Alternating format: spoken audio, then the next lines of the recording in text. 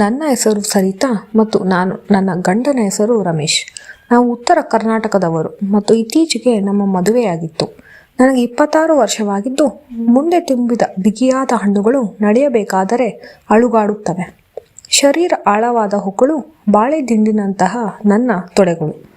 ಊರಿನಲ್ಲಿ 16ರ ಹುಡುಗರಿಂದ ಹಿಡಿದು 60ರ ಮುದುಕರವರೆಗೂ ಎಲ್ಲರೂ ಜೊಲ್ಲು ಸುರಿಸಿಕೊಂಡು ಕಿತ್ತು ತಿನ್ನುವ ಹಾಗೆ ನೋಡುತ್ತಿದ್ದರು. ಮನೆಯಲ್ಲಿ ನಾನು ಮತ್ತು ನನ್ನ ಮಾವ ಇದ್ದು, ಅವರಿಗೂ ಸಹ ವಯಸ್ಸಾಗಿತ್ತು. ನನ್ನ ಮದುವೆಯಾಗಿ ಜಾಸ್ತಿ ತಿಂಗಳು ಏನೂ ಆಗಿರಲಿಲ್ಲ. ಹಾಗಾಗಿ ನನಗೆ ಸ್ವಲ್ಪ ಹೆಚ್ಚು ಬಯಕೆ ಇತ್ತು. ಮದುವೆಯಾದ ಕೆಲ ದಿನಗಳು ಮಾತ್ರ ನಾನು ತೃಪ್ತಿ ಮಾಡಿದ ರಮೇಶ್ ನಂತರ ಬೆಂಗಳೂರಿಗೆ ಮತ್ತೆ ಕೆಲಸಕ್ಕೆ ಸೇರಿ ನಮಗಾಗಿ ಮನೆ ಹುಡುಕುತ್ತಿದ್ದ. ಆತ ನಮ್ಮ ಹಳ್ಳಿ ಕಡೆ ಬರುತ್ತಿರಲಿಲ್ಲ. ನಾನು ಗಂಡ ನಿಲ್ಲದಿರುವಾಗ ಟಿವಿ ಮೊಬೈಲ್ನಲ್ಲಿ ಸಿನಿಮಾಗಳನ್ನು ನೋಡಿ, ಕೆಲವು ದೃಶ್ಯಗಳನ್ನು ನೋಡಿ ನನಗೆ ವಿಪರೀತ ಆಸೆಯಾಗುತ್ತಿತ್ತು. ದಿನ ಕಳೆದಂತೆ ನನ್ನ ವಿರಹ ವೇದನೆ ಹೆಚ್ಚಾಗಿ ಸುಖ ಬೇಕೆನಿಸುತ್ತಿತ್ತು. ಆದರೆ ಹೇಗೆ ಎಂಬುದೇ ದೊಡ್ಡ ಚಿಂತೆಯಾಗಿತ್ತು. ಹೀಗಿರುವಾಗ ನನಗೆ ನೆನಪಾದದ್ದು ಪಕ್ಕದ ಮನೆಯ ರಾಮು. ಹೊಲದಲ್ಲಿ ಕೆಲಸ ಮಾಡಿಕೊಂಡು ಕಟ್ಟುಮಸ್ತಾಗಿದ್ದ. ತಂದೆ ತೀರ್ಕೊಂಡ ಮೇಲೆ ಆತ ಶಾಲೆಯನ್ನು ಅರ್ಧದಲ್ಲೇ ಬಿಟ್ಟು ಹೊಲದಲ್ಲಿ ಕೆಲಸ ಮಾಡುತ್ತಿದ್ದ. ನಾನು ಆಗಾಗ ಅವರ ಮನೆಗೆ ಹೋದಾಗ ಅವನ ತಾಯಿ ಜೊತೆ ಹರಟುತ್ತಿದ್ದೆ. ಅವನಿಗೆ ವಿಶಾಲವಾದ ಎದೆ ದೇಹ ನೋಡಿ ನನ್ನ ಆಸೆಗಳು ಜಾಗೃತಗೊಳ್ಳುತ್ತಿದ್ದವು. ಆತನೊಂದಿಗೆ ಸೇರಬೇಕೆಂದು ಅನಿಸಿದರೂ ಭಯಪಡುತ್ತಿದ್ದೆ. ಒಂದು ದಿನ ಆತ ಮಧ್ಯಾಹ್ನ ಹೊತ್ತಿಗೆ ವಿಸರ್ಜನೆಗೆ ಎಂದು ಕಾಡಿನ ಕಡೆ ಹೊರಟ. ನಾನು ಕೂಡ ದನಗಳನ್ನು ಹೊಡೆದುಕೊಂಡು ನಿಧಾನವಾಗಿ ಆತನ ಹಿಂದೆ ಹೋದೆ. ಆತ ವಿಸರ್ಜನೆಗೆ ಹೋಗದೆ ಹಾಗೆ ಮುಂದೆ ಹೋದ. ನಾನು ಆಕಳನ್ನು ಅಲ್ಲೇ ಮೇಯಲು ಬಿಟ್ಟು ಅವನನ್ನು ಹಿಂಬಾಲಿಸಿದೆ. ಆತ ಕೊನೆಗೆ ಒಂದು ದೊಡ್ಡ ಪೊದೆಯಲ್ಲಿ ಬಳಿ ಕುಳಿತಿದ್ದ. ನಾನು ಸುತ್ತುವರಿದು ನಿಧಾನವಾಗಿ ಪೊದೆಯಿಂದ ತೊಡಗಿದೆ. ಆತ ಮೊಬೈಲ್ನಲ್ಲಿ ವಿಡಿಯೋ ನೋಡುತ್ತಾ ತನ್ನ ಕಾಮದಂಡವನ್ನು ಹಿಂದೆ ಮುಂದೆ ಮಾಡುತ್ತಿದ್ದ. ನಾನು ಸ್ವಲ್ಪ ಸರಿದು ನೋಡಬೇಕಷ್ಟರಲ್ಲಿ ನನ್ನ ಕಾಲ್ಗೆಜ್ಜೆ ಶಬ್ದ ಕೇಳಿ ಬೇಗನೆ ಎದ್ದು ನಿಂತು ಎಲ್ಲ ಸರಿ ಮಾಡಿಕೊಂಡ. ನಾನು ಕೂಡಲೇ ಮುಂದೆ ಬಂದು ಕಿತ್ತು ತಿನ್ನುವ ಹಾಗೆ ಅವನನ್ನೇ ನೋಡುತ್ತಿದ್ದೆ. ಅವನ ಲುಂಗಿ ಒಳಗಿನ ಅವನ ಕಾಮದಂಡ ನರ್ತಿಸತೊಡಗಿತು. ಆತ ನನ್ನ ತದೇಕ ಚಿತ್ತದಿಂದ ನೋಡುತ್ತಾ ಇದ್ದ. ಕೂಡಲೇ ನಾನು ಅವನನ್ನು ಇಟ್ಟಿದ್ದ ಚೊಂಬು ತೆಗೆದುಕೊಳ್ಳುವ ನೆಪದಲ್ಲಿ ಬಗ್ಗಿ ಸೆರಗು ಜಾಲಿಸಿದೆ. ಅವನು ಅವುಗಳನ್ನು ಹಾಗೇ ನೋಡುತ್ತಿದ್ದ. ಅವನಿಗೂ ಆಸೆ ಉಕ್ಕಲು ಪ್ರಾರಂಭವಾಯಿತು. ಅದರಲ್ಲೂ ಉಪ್ಪು ಖಾರ ತಿನ್ನೋ ಹಳ್ಳಿ ಹುಡುಗ. ಅವನು ಬಿಟ್ಟರೆ ನಾನು ನಿಧಾನವಾಗಿ ಅವನ ಕಡೆ ಹೋಗಿ ಅವನ ಕಾಮದಂಡವನ್ನು ಕೈ ಹಾಕಿದೆ. ಅಕ್ಕ, ನೀನು ಏನು ಮಾಡುತ್ತಿದ್ದೀಯೇ ಅಂತ. ನಾನು ಅಕ್ಕ ಎನ್ನಬೇಡ ಅನ್ನುತ್ತಾ ತುಟಿಗೆ ಒತ್ತಿ ಸುಖದಿಂದ ಶಬ್ದ ಮಾಡುತ್ತಾ ಕಾಮಾವೇಶ ಭರಿತಳಾಗಿ ನಾನು ಕೊಡುತ್ತಿದ್ದ ಮುತ್ತಿಗೆ ಅವನು ಪ್ರತಿಯಾಗಿ ಕೊಡಲು ಶುರು ಮಾಡಿದ.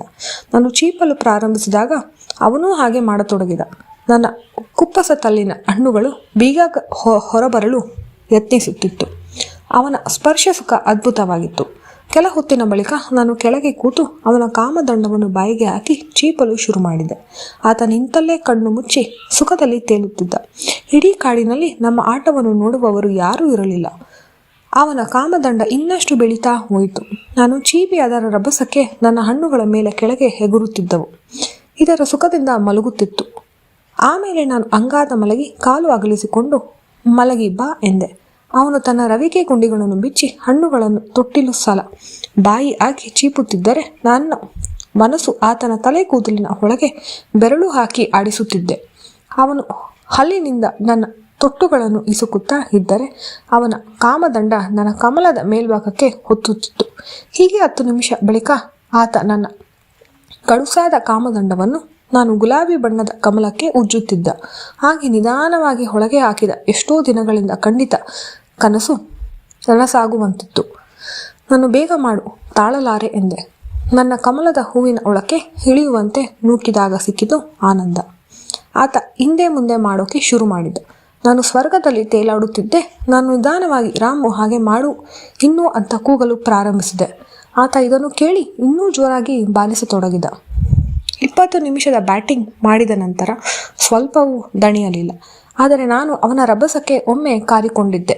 ಆಮೇಲೆ ಅವನನ್ನ ಬಿಡಿಸಿಕೊಂಡು ಮೇಲೆದ್ದು ಅಲ್ಲೇ ಇದ್ದ ಗಿಡಕ್ಕೆ ಕೈ ಹಿಡಿದು ಬಗ್ಗಿ 2 ಕಾಲು ಅಗಲಿಸಿ ಇವಾಗ ತುರಿಸು ಎಂದು ಹೇಳಿದೆ. ನಾನು ಸುಖದಿಂದ ಚೀರುತ್ತಾ ನರಳಿದೆ. ನನ್ನ ಕಮಲದಿಂದ ರಸ ಉಕ್ಕಿ ತೊಟಗುತ್ತಿತ್ತು. ಹೀಗೆ 10 ನಿಮಿಷದ ಬಳಿಕ ನಾನೇ ಸುಸ್ತಾಗಿ ಅಯ್ಯೋ ರಾಮು ಸಾಕು, ನನಗೆ ಆಗ್ತಿಲ್ಲ ಎಂದು ಹೇಳಿದೆ. ಆತ ಚೆನ್ನಾಗಿ ಮಾಡತೊಡಗಿದ. ಕೆಲವೇ ಕ್ಷಣಗಳಲ್ಲಿ ಆತನ ಕಾಮದಂಡದಿಂದ ರಸ ಪಚಕ್ಕೆಂದು ಬಂದಿತು. ಇಷ್ಟು ದಿನ ಸಿಗದ ಸುಖವನ್ನು ಒಂದೇ ಬಾರಿ 3 ಸಲ ಕಂಡಂತೆ ಆಯಿತು. ಹಾಗೆ ಸ್ವಲ್ಪ ದೂರದಲ್ಲಿ ಹರಿಯುತ್ತಿದ್ದ ಜರಿಯಲ್ಲಿ ಮಿಂದೆದ್ದು ಮನೆ ಕಡೆಗೆ ಹೊರಟ.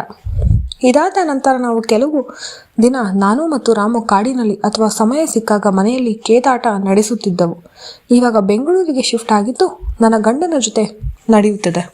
ಸೊ ಸ್ನೇಹಿತರೆ, ನಿಮಗೆ ಈ ವಿಡಿಯೋ ಇಷ್ಟವಾಗಿದ್ದರೆ ದಯವಿಟ್ಟು ವಿಡಿಯೋಗೆ ಒಂದು ಲೈಕ್ ಕೊಡಿ ಮತ್ತು ನನ್ನ ಚಾನಲ್ಗೆ ಸಬ್ಸ್ಕ್ರೈಬ್ ಮಾಡುವ ಮೂಲಕ ನನ್ನನ್ನು ಪ್ರೇರೇಪಿಸಿ. ಧನ್ಯವಾದಗಳು.